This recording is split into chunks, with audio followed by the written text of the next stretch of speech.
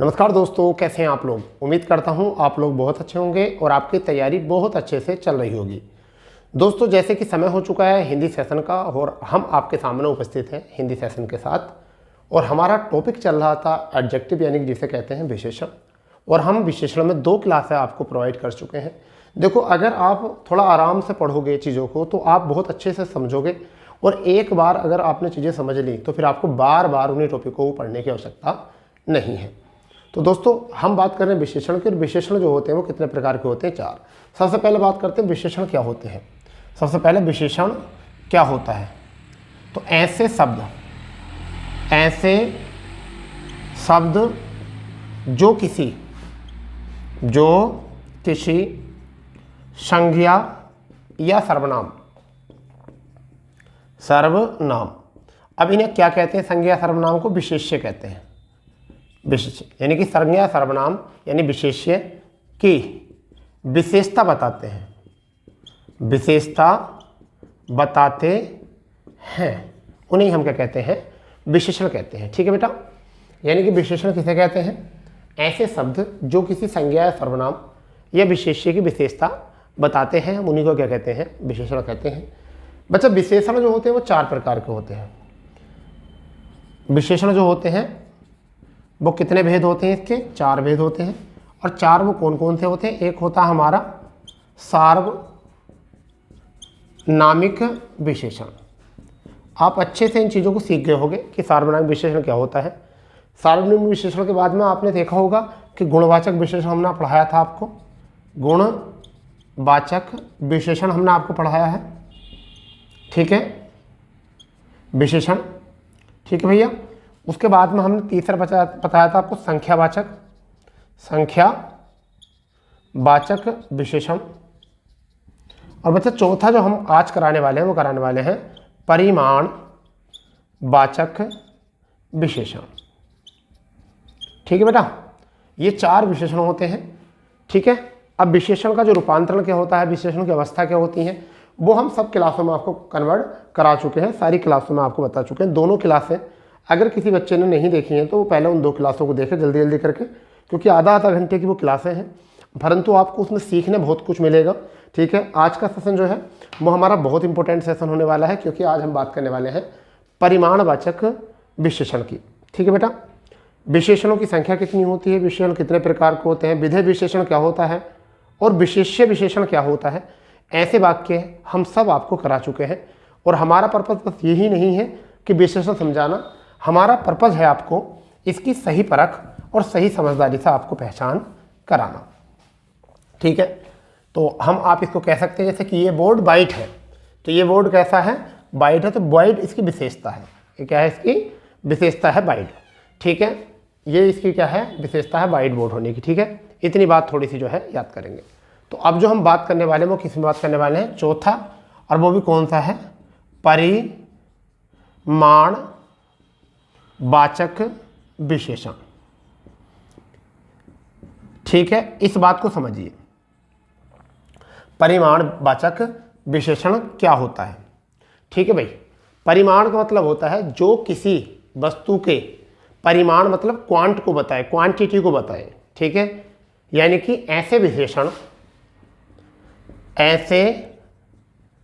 विशेषण शब्द जो संज्ञा या सर्वनाम, ऐसे विशेषण शब्द जो संज्ञा या सर्वनाम की मात्रा, जिन्हें मापा तोला जा सकता हो, मात्रा को बताते हैं, उन्हें हम क्या कहते हैं? परिमाणवाचक विशेषण कहते हैं। परिमाणवाचक विशेषण कहते हैं। जैसे मैंने यहाँ पर करा, परिमाण का मतलब मैंने बता रहा हूँ। परिमाणवाचक कैसे होते हैं? जैसे मैंने कहा कि बाजार से 5 किलो, बाजार से 5 किलो आम ले आओ। ये मैडम ने ऑर्डर दे दिया, ठीक है, कि बाजार से 5 किलो आम ले आओ। ये ऑर्डर जो है ये मैडम ने दे दिया है। अब आप मुझे बताइए आम क्या है? ये संज्ञा है। और कैसी संज्ञा है? जातिवाचक संज्ञा है। जातिवाचक संज्ञा है। कैसी संज्ञा है? जातिवाचक। आमों की जाति होती है। अगर हम इसमें कह देते दशहरा आम, लंगड़ा आम, कुछ भी अगर ऐसा हम बोलते तो फिर ये क्या होता? फिर ये आम जो होता वो क्या होता? व्यक्तिवाचक। परंतु इस टाइम क्या है? ये जातिवाचक है। इस आम की क्या बताई है? क्वांट। इस आम की क्या बताई है? क्वांट बताई है, मात्रा बताई है। और इसी को हम जो कहते हैं वो क्या कहते हैं? परिमाण बताया इसका। कितने किलो लाने हैं? 5 किलो। ठीक है, थोड़ा सा इसको समझकर दूसरा एग्जाम्पल और समझेंगे। मैंने कहा वह 4 किलो चीनी ले आया। चीनी ले आया। इसमें चीनी भी तो नहीं है, ठीक है। वह 4 किलो चीनी ले आया, ठीक है। तो यहाँ पर ये क्या है? चीनी कैसी है? ये संज्ञा है। क्या है ये? संज्ञा, ठीक है। और यहाँ पर कितने किलो बोली है? 4 किलो। तो ये बताया गया है परिमाण। इसका क्या बताया है? परिमाण बताया। कितने किलो? 4 किलो। तो जब सीधे शब्दों में बात बताएं, जब हम किसी संज्ञा की क्वांटिटी, ठीक है, क्वांटिटी जब बताते हैं तो वही हमारा क्या होता है? परिमाण होता है। एक होता परिमाण, ये होती मात्रा, समझियो। परिमाण ये होती है मात्रा। क्या होती है? मात्रा। एक होता परिणाम ये होता है रिजल्ट। क्या होता है? रिजल्ट, ठीक है। ये होता है रिजल्ट और ये क्या होती है? मात्रा होती है। ये 2 चीजें होती हैं, समझ गए नहीं? उधर से शक्कर ले आओ, ठीक है भाई। चलिए, तो क्या है इसमें? परिमाणवाचक विशेषण है और ऐसे विशेषण सब जो संज्ञा सर्वनाम की मात्रा को बताते हैं, ठीक है। अब बाजार से क्या है? 5 किलो आम ले आओ। तो आमों की क्या है? यहाँ पर क्वांट बता दिया है। क्या बता दिया है? क्वांट। संज्ञा की जब क्वांट बताते हैं, यहाँ पर चीनी जो है इसकी क्या है? यहाँ पर ये क्वांट है। इसी को हम क्या कहते हैं? परिमाणवाचक कहते हैं बेटा।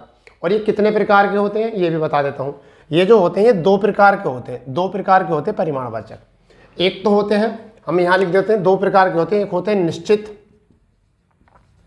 निश्चित परिमाण वाचक विशेषण, ठीक है भाई। एक होते हैं निश्चित परिमाणवाचक विशेषण और दूसरे कौन से होते हैं? अनिश्चित परिमाण वाचक विशेषण। तो ये आप थोड़ी बातें याद रखेंगे। 2 प्रकार के होते हैं, एक तो निश्चित वाचक होते हैं और एक अनिश्चित वाचक होते हैं, ठीक है। इतनी बात आपको समझ में आ ही गई होगी। मुझे उम्मीद है कि आप परिमाणवाचक को जरूर समझ गए होंगे कि परिमाणवाचक क्या होता है, किसको परिमाण बोलते हैं, किसको क्वांट बोलते हैं। क्लियर? चलिए अब हम आगे बढ़ते हैं। इसके बाद हम एक एक करके बताते हैं परिमाण मतलब क्या होता है। परिमाण मतलब क्या होता है? परिमाण में निश्चयवाचक कौन से होते हैं और अनिश्चयवाचक जो है वो कौन से होते हैं, ठीक है। अब देखना है इसी में हमें, ठीक है भाई, कि परिमाणवाचक में निश्चयवाचक कौन से होते हैं और अनिश्चयवाचक कितने कौन से होते हैं। तो हमने जो अभी सीखा है वो सीखा परिमाणवाचक विशेषण और परिमाणवाचक का हमें क्लियर पता चल चुका है कि जैसे मैंने चाय में 1 चम्मच शक्कर डाला। तो यहाँ पर 1 चम्मच क्या डाला है? शक्कर। और शक्कर क्या हो गया? परिमाण हो गया है। क्या हो गया इसका? परिमाण। क्योंकि कितना डाला है? निश्चित है, 1 शक्कर मतलब 1 चम्मच। तो ये जो हो गया निश्चित हो गया। अगर मैं यहाँ लिख देता हूँ कि मैंने चाय में 1 चम्मच शक्कर डाला है, तो ये कौन सा हो गया? 1 चम्मच। काउंट कर सकते हैं तो ये हो गया निश्चित। और गिना थोड़ा ही जा सकता शक्कर को गिना थोड़ा जा सकता है, तोला जा सकता है। यहाँ पर क्या कर सकते हैं? तोला जा सकता है। तो निश्चित हो गया 1 चम्मच और ये तोलने की चीज़ है। शक्कर को गिन थोड़ा ही सकते हैं, समझ गए नहीं? तो निश्चित परिमाण वाचक विशेषण ये तो हो गया इस तरीके से। एक ही वाक्य समझ लो, क्या दिक्कत है।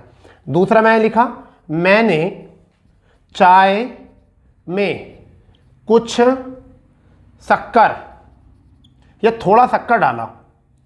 थोड़ा शक्कर डाला। तो यहां पर थोड़ा क्या आ गया, अनिश्चित। थोड़े की तो कोई मात्रा ही नहीं होती, समझ गए नहीं, ये कैसा हो गया, अनिश्चित। इसको हम काउंट नहीं कर सकते, इसको माप नहीं सकते, इसको तोड़ नहीं सकते, केवल हम क्या कर सकते हैं, थोड़ा। तो थोड़ा शब्द यहां से बोल दिया है मैंने, ठीक है। या कह रहे थे कि सब कुछ, क्लियर भाई। तो इस चीज को समझ लो, निश्चित और अनिश्चित क्या होते हैं।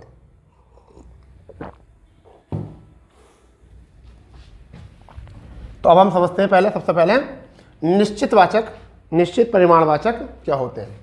तो एक टाइप समझेंगे क्या है, निश्चित परिमाणवाचक विशेषण।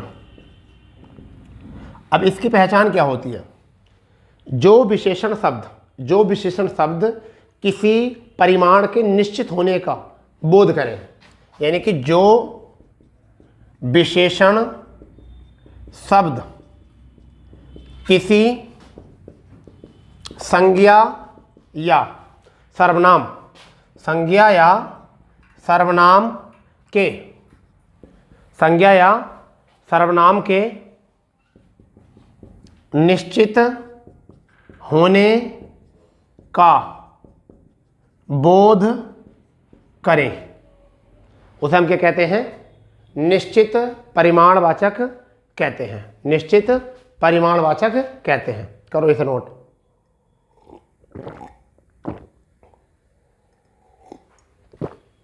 ठीक है भाई, जैसे बाजार से, एग्जाम्पल,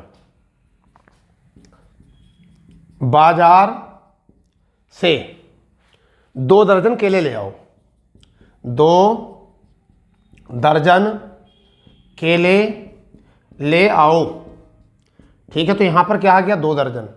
दूसरा एग्जाम्पल यहां पर क्या हो सकता है, 10 किलो गेहूं खरीद लिए, यानी कि मैंने 10 किलो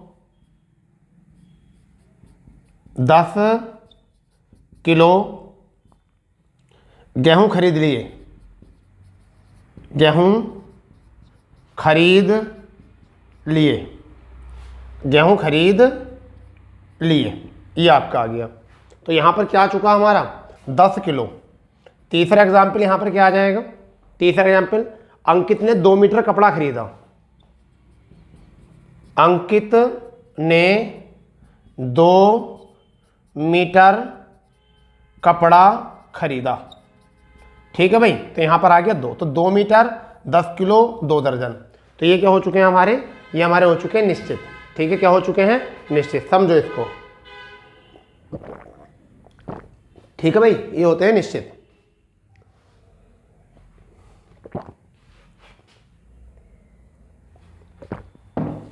इसके बाद चीज देखते हैं क्या है। अब हम बात करते हैं अनिश्चितवाचक की।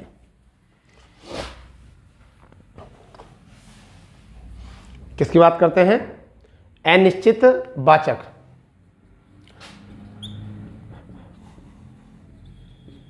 अनिश्चितवाचक परिमाण या निश्चित परिमाणवाचक विशेषण, परिमाणवाचक विशेषण, ये आ गया है, ठीक है, ये आपका आ चुका है। अब इसमें हमें क्या करना है, अनिश्चित परिमाणवाचक विशेषण, यहां पर क्या होता, संख्या का बोध नहीं होता। ऐसे शब्द जो किसी संख्या का निश्चित बोध नहीं करते, निश्चित बोध नहीं करते, वो कहलाते हैं अनिश्चित, ठीक है भैया। एग्जाम्पल समझे, थोड़ा पानी पी लो,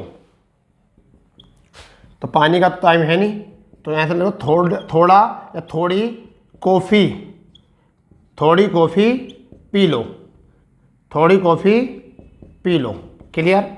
दूसरा एग्जाम्पल क्या आ जाएगा यहाँ से, दूसरा एग्जाम्पल अगर हम समझे तो, सब धन चोर चुरा ले गए, सब धन चोर चुरा ले गए, ठीक है बच्चा। हम लिख सकते हैं बाजार से कुछ सब्जी लाओ या ले आओ। बाजार से कुछ सब्जी ले आओ। ठीक है बच्चा, ठीक, बहुत बढ़िया बहुत बढ़िया। इस वर्ष, चौथा, इस वर्ष उपज कम हुई है। तो ये 4 एग्जाम्पल आपको बताएंगे अनिश्चयवाचक को। ये 4 एग्जाम्पल आपको बताएंगे अनिश्चयवाचक को। थोड़ी कॉफ़ी पी लो, सब धन चोर चुरा ले गए, बाजार से कुछ सब्जी, ठीक है, इस वर्ष उपज कम हुई है, कम। तो ये चीज़ें क्या बता रही हैं हमारी, अनिश्चितवाचक को हमारी ये चीज़ें बता रही हैं। तो मैं उम्मीद कर पा रहा हूँ कि ये बात आपको बहुत अच्छे से समझ में आ गई होगी कि निश्चितवाचक कौन से होते हैं और अनिश्चयवाचक कौन से होते हैं। ठीक है, और हमें इससे क्या पता चला है, परिमाण, यानी कि इसको नापा और तोला जा सके। तो सब्जी को तोला जा सकता है, सब्जी को तोला जा सकता है, कॉफ़ी को मापा जा सकता है, धन को तोला जा सकता, सॉरी गिना जा सकता है यहाँ पर। और कुछ सब्जी का मतलब है यहाँ सब्जी तोला जा सकती है, उपज जो है इसको भी तोला जा सकता है। ठीक है भाई, इतनी बात यहाँ पर करनी है। अब जो हम बात करने वाले हैं वो बात करने वाले हैं क्या, अब हम बात करने वाले हैं विशेषण की अवस्थाएं। अब विशेषण की अवस्थाएं क्या होती हैं, समझ गए नहीं। विशेषण तो समझ लिया हमने, चारों के चारों विशेषण हम सीख लिए हैं। अब हम बात करने वाले हैं विशेषण की अवस्था के ऊपर कि विशेषण की कितनी अवस्थाएं होती हैं और वह कौन सा विशेषण होता है जिसकी अवस्थाएं होती हैं। ठीक है, विशेषण की अवस्थाएं क्या होती हैं। विशेषण की अवस्थाएं, विशेषण की अवस्थाएं क्या होती हैं, समझ गए नहीं। अब मैं आपको बताना चाहता हूं कि विशेषण की अवस्थाएं 3 होती है। तो वो विशेषण कौन सा होता है, वो होता है गुण, गुणवाचक विशेषण की 3 अवस्थाएं होती हैं, 3 अवस्थाएं होती हैं। कितनी अवस्थाएं होती हैं बच्चा, 3 अवस्थाएं होती हैं। अब वो कौन कौन सी होती है मैं आपको बताता हूं। पहली होती है मूल अवस्था, मूल अवस्था, ठीक है, एक होती है मूल अवस्था, दूसरी होती है उत्तर अवस्था, तीसरी होती है उत्तम अवस्था। समझ गए नहीं। तो इसको थोड़ा सा लिख लो, मूल अवस्था यानी कि सामान्य दशा, इसे हम क्या कहते हैं बच्चा, सामान्य दशा कहते हैं। मूल अवस्था को क्या कहते हैं, सामान्य दशा। ठीक है, किसी भी विशेषण की तुलना नहीं होती, मतलब इसमें क्या होता है, किसी भी विशेषण की तुलना नहीं होती, किसी विशेषण की तुलना नहीं होती। जैसे नेहा परिश्रमी है, हम एग्जाम्पल देखेंगे तो नेहा परिश्रमी है, किसी से कोई तुलना नहीं की गई। ठीक है भाई, किसी से कोई तुलना की, नेहा केवल अकेले की बात हो रही है। नेहा या राधा सुंदर लड़की है, राधा सुंदर लड़की है। तीसरी अवस्था, तीसरी अवस्था अगर हम बात करें, अमित चालाक बालक है, अमित चालाक बालक है। तो या तो आप ऐसा लिख सकते हो, वाक्य में प्रयोग कर सकते हो, या तो आप वाक्य में प्रयोग कर सकते हो इसको, या फिर मूल अवस्था में लिख सकते हो इनको ऐसे ही। समझ गए नहीं। तो पहली कौन सी होती है, मूल अवस्था होती है। जैसे मूल अवस्था में ये सामान्य दशा कहते हैं, किसी भी विशेषण की तुलना नहीं होती है। हमने पहले एग्जाम्पल में बताया कि एग्जाम्पल में कौन से होते हैं। जैसा हमने बताया नेहा परिश्रमी है, तो यहाँ पर कौन सा शब्द आया है, यहाँ परिश्रमी शब्द आया है। ठीक है, राधा सुंदर लड़की है, सुंदर शब्द आया है। अमित चालाक बालक है तो चालाक आया है। इसके अतिरिक्त कुछ और भी होते हैं, जैसे योग्य, क्या होता है, योग्य मूल अवस्था होती है। आपका मूल्य निष्कृष्ट, निकृष्ट, निकृष्ट हो गया आपका। ठीक है, निकृष्ट के बाद में आपका हो जाएगा उच्च, उच्च हो जाएगा। उच्च के बाद में अधिक, अधिक हो जाएगा। ठीक है बेटा, लघु, लघु हो जाएगा। ठीक है, ये चलो हम इनको बाद में लिखा देंगे, एक टेबल बनवा देंगे, चिंता ना करो, ठीक है। फिलहाल मैं ऐसे ही समझो, ठीक है। इनको हम एक टेबल बना देंगे तो तुम्हें और अच्छे समझ में आ जाएंगी क्या अवस्था होती है, फिर बात के प्रयोग करवा देंगे। तो मूल अवस्था समझ में आ चुकी होगी, ठीक है। दूसरी अवस्था कौन सी होती है? उत्तरावस्था। दूसरी अवस्था कौन सी होती है बेटा? वो होती है उत्तरावस्था। उत्तरावस्था, इसे हम क्या कहते हैं? उत्तरावस्था को, उत्तरावस्था जो होती है वो क्या होती है? सामान्य दशा में तुलना में, यानी कि सामान्य दशा में तुलना में छोटा या बड़ा, छोटा या बड़ा, इसका मतलब ये होता है छोटा या बड़ा। परंतु इसकी परिभाषा ये नहीं होती है। परिभाषा क्या होती है बेटा? जब किसी विशेषण द्वारा, जब किसी विशेषण द्वारा, जब किसी विशेषण द्वारा दो वस्तुओं या व्यक्तियों की तुलना में अधिकता और न्यूनता बताई जाती है, में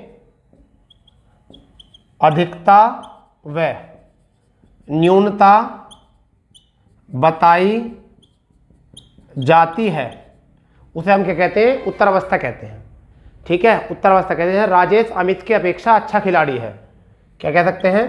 राजेश अमित की अपेक्षा अच्छा खिलाड़ी है, हम इसे ही लिख सकते हैं, ठीक है। विराट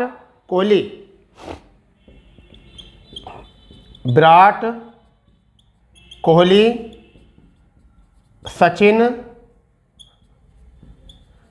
तेंदुलकर से अच्छा खेलता है, अच्छा खेलता है। तो इनमें दो में तुलना की गई है। तीसरा, बहुत एग्जाम्पल बढ़िया है तीसरा, आलिया कैटरीना से ज़्यादा सुंदर है। आलिया कैटरीना से ज़्यादा सुंदर है। तो ये आपके हो चुके हैं यहाँ से, इन्हें करो अच्छे से। ये होते हैं आपके यहाँ से, समझ गए?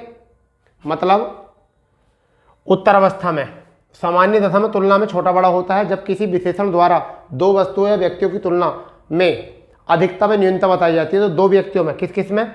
अमित और राजेश में, सचिन और विराट कोहली में, ठीक है, कैटरीना और आलिया में। तो क्या है? राजेश अमित से क्या है? अच्छा, ठीक है। विराट कोहली सचिन से अच्छा खिलाड़ी, ठीक है, ज़्यादा। तो जब ज़्यादा कम अच्छा दिखाया जाता तो इसी को हम क्या कहते हैं? उत्तरावस्था कहते हैं। बेटा क्या कहते हैं? उत्तरावस्था कहते हैं। करेक्ट? चलिए, समझ गए नहीं? बताओ जल्दी, समझ गए हो तो करो इसे जल्दी से कवर, ठीक है भाई, कवर करो फुर्ती से।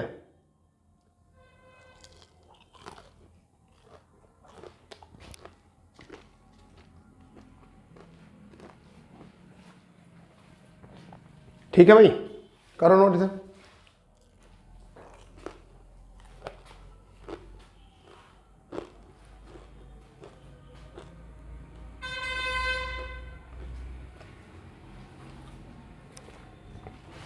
चलिए, अब हम लिखने वाले हैं उत्तम अवस्था। कौन सी? उत्तम अवस्था। कौन सी अवस्था? उत्तम अवस्था।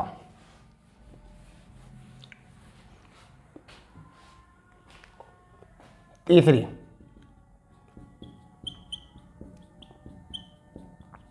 उत्तम अवस्था। ये होती है उत्तम अवस्था। क्या होती है यहां पर? इसमें सबसे बड़ा और सबसे अधिक, सबसे बड़ा व सबसे अधिक का बोध होता है, बोध होता है। यानी कि यहां सर्वोत्तता दिखाई जाती है। क्या दिखाती है? सर्वोत्तता, ठीक है। तुलना में सबसे अधिक, जैसे नेहा सबसे सुंदर लड़की है। क्या है? नेहा सबसे सुंदर लड़की है, ये बताया गया है। सबसे इससे अच्छी सुंदर कोई लड़की नहीं इस तरीके से। अमित सबसे चालाक बालक है, अमित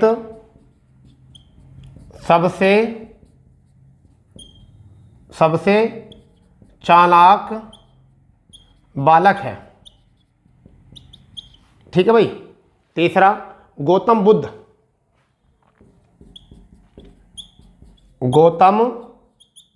बुद्ध सबसे बुद्धिमान संत थे, सबसे बुद्धिमान संत थे। लो जी, ये यहाँ तो यहाँ पर क्या, सबसे, यहाँ पर भी सबसे और यहाँ भी सबसे। जहाँ सबसे ज़्यादा दिखाया जाता है यहाँ पर होता है आपका। अब हम इसमें इसे नोट कर लेंगे। अब हम इसमें एक टेबल बनाएंगे जिससे कि आपको और भी समझने में आसानी होगी, क्योंकि हम तर और तम लगा के भी, तम और तल लगा कर भी जो है हम विशेषण की अवस्थाएं बदल सकते हैं। तम और तल लगा के भी हम क्या कर सकते हैं, विशेषण की अवस्था बदल सकते हैं। जैसा हम सबसे पहले लिखेंगे मूलावस्था, ठीक है, फिर हम लिखेंगे उत्तरावस्था, फिर हम लिखेंगे उत्तम अवस्था, उत्तम अवस्था, हम ये लिखेंगे। ठीक है भाई, ऐसे एक टेबल बनाएंगे। तो हम सबसे पहले लिखेंगे योग्य, ठीक है भैया। फिर हम इसके बाद में लिखेंगे निकृष्ट, निकृष्ट। फिर हम इसके बाद में लिखेंगे उच्च, उच्च, क्या लिखेंगे, उच्च, उच्च। फिर उसके बाद में लिखेंगे सुंदर, सुंदर। फिर हम इसके बाद में लिखेंगे अधिक, फिर उसके बाद में लिखेंगे लघु, फिर हम लिखेंगे बृहत, बृहत। फिर हम लिखेंगे बृहत के बाद में निम्न, निम्न। फिर हम लिखेंगे कोमल, ठीक है। अब हम योग्य का क्या कर सकते हैं, योग्यतर, योग्यतर कर सकते हैं। निकृष्ट का निकृष्टतर, उच्च का उच्चतर, सुंदर का सुंदरतर, अधिकतर अधिकतर, लघुत्तर, बृहत्तर, ठीक है, निम्नतर निम्नतर, कोमलतर, कोमलतर कर सकते हैं। ऐसे ही योग्यतम, योग्यतम, निष्कृष्टतम, निकृष्टतम, उच्चतम, सुंदरतम, अधिकतम, अधिकतम, बृहत्तम, निम्नतम, निम्नतम, कोमलतम। तो हम ये भी कर सकते हैं ऐसा, ठीक है भाई। हम इसको भी इस तरीके से बना सकते हैं, इस तरीके से हम इसको कर सकते हैं, ठीक है भाई। बताइए, आ रहा समझ में? तो हम इसको अवस्थाओं में इस तरीके से कन्वर्ट कर सकते हैं, ठीक है।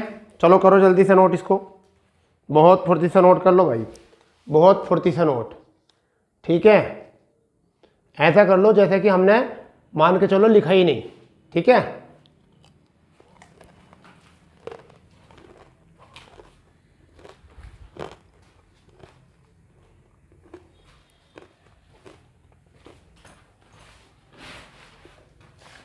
अब हम लिखने वाले हैं विशेषण विशेष्य, जहाँ से एग्जाम में बहुत ज़्यादा क्वेश्चन पूछे जाते हैं, जो आपको बहुत सारे आर ओ के पेपर में भी देखने मिलेंगे कि अगर ये विशेष्य है तो विशेषण क्या है, अगर ये विशेष्य है तो विशेषण क्या है। समझ गए? जैसे विशेष्य जिसे हम क्या कहते हैं, संज्ञा, ठीक है, या सर्वनाम, ठीक है। और इसका क्या होता है, विशेषण। विशेषण क्या होता है, ये जैसे अनुमान है, अनुमान, अनुमान का क्या लगाएगा, अनुमानित, अनुमानित, ठीक है। फिर है आपका अग्नि, अग्नि, अग्नि का क्या हो जाएगा? आग्नेय, क्या हो जाएगा? आग्नेय। समझ गए भाई? फिर हो जाएगा अध्ययन, अध्ययन इसका हो जाएगा आध्यात्मिक, सॉरी आध्यात्म होता है इसका,